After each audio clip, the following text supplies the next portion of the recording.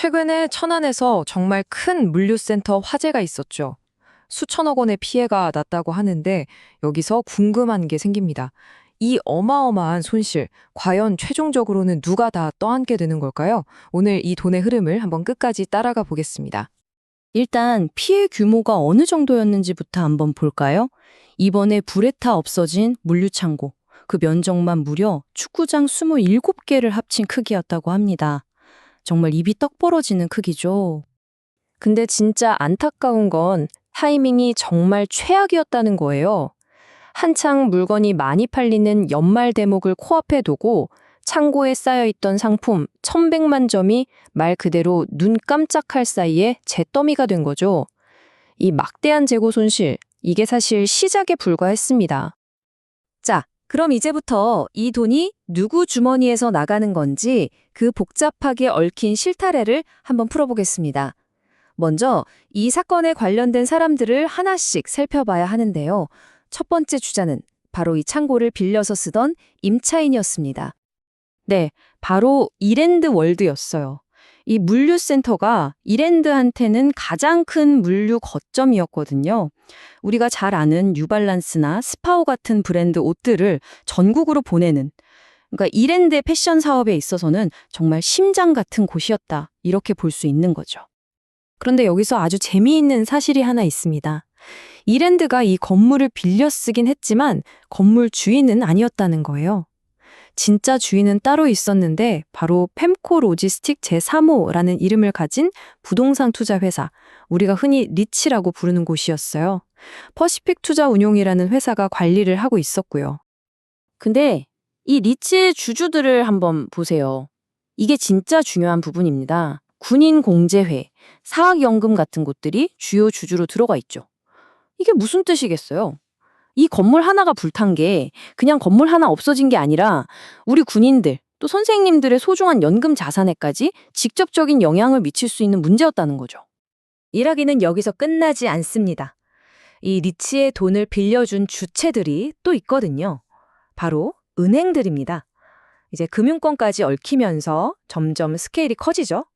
좀 더 구체적으로 들여다보면요. 산업은행에서 600억, 그리고 신한은행에서 310억 원을 빌려줬습니다. 그러니까 이 은행들 입장에서는 빌려준 돈을 떼일 수도 있는 아주 직접적인 위험에 처한 셈이었죠. 자, 보세요. 건물주, 투자한 연기금들, 돈 빌려준 은행까지 다들 엄청난 손실을 볼 위기에 처했잖아요. 그런데 여기서 완전 대반전이 일어납니다. 무려 4천억 원짜리 거대한 안전망이 딱 등장하거든요. 네, 무려 4천억 원입니다. 이게 뭐냐면 이 물류센터가 건물하고 안에 있던 상품들까지 싹 다 포함해서 무려 4천억 원짜리 재산종합보험에 들어 있었다는 거죠. 이 재산종합보험이라는 게 뭐냐면요. 그냥 불나서 타버린 것만 보상해주는 게 아니라 이 물류센터가 멈추면서 장사를 못하게 된 손해까지 다 막아주는, 뭐랄까, 거의 만능에 가까운 보험인 거예요. 아까 우리가 봤던 모든 관계자들을 다 보호해줄 수 있는 아주 강력한 카드였던 셈이죠. 그럼 얘기가 간단해지네요. 보험사가 돈 다 내주면 결국 아무도 손해 안 보는 거 아닌가? 이걸로 해피엔딩인가요? 과연 문제가 이렇게 쉽게 끝날까요? 자, 이제부터가 진짜입니다. 이 돈 폭탄 돌리기의 최종 목적지가 어딘지 그 마지막 장을 한번 넘겨보겠습니다. 과연 진짜로 이 손실을 떠안는 곳은 어디일까요? 보험금이 어떻게 지급되는지를 따라가 보면 답이 딱 나옵니다. 일단 하나손해보험 같은 원수보험사에 보험금을 달라고 하겠죠. 근데 이 보험사도 손실이 너무 크니까 자기들이 감당할 수 있는 만큼만 처리하고 그 한도를 훌쩍 넘는 어마어마한 금액은 다른 회사로 넘겨버립니다. 바로 재보험사라는 곳으로요. 그러니까 말 그대로 보험사들이 드는 보험인 거예요. 자기들도 너무 큰 위험은 감당이 안 되니까 또 다른 보험에 드는 거죠. 한 보험업계 전문가의 말이 이 상황을 딱 한마디로 정리해 줍니다. 손실을 가장 크게 볼 수 있는 금융기관은 재보험사다. 바로 이거죠. 정리해보면 이렇습니다. 건물주, 투자자, 은행 모두 보험 덕분에 직접적인 피해는 피했어요. 하지만 그 수천억 원의 손실이 그냥 공중으로 사라진 건 아니죠. 대신에 그 손실은 우리 눈에는 잘 보이지도 않는 아주 거대한 글로벌 재보험 시장이 전부 떠안게 되는 구조인 겁니다. 자, 그럼 이제 누가 돈 내는지는 알았으니까 문제가 다 해결된 걸까요? 천만에요.